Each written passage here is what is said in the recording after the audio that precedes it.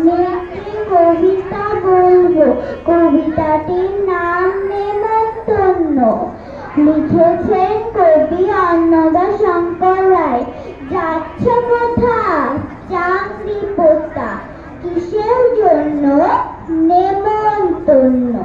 বিয়ের বুঝি না বাবুজি, কিসের তবে ভজন হবে? শুধুই ভজন, প্রসাদ ভোজন। কেমন প্রসাদ? যাহ খেতে চাও। কি খেতে চাও?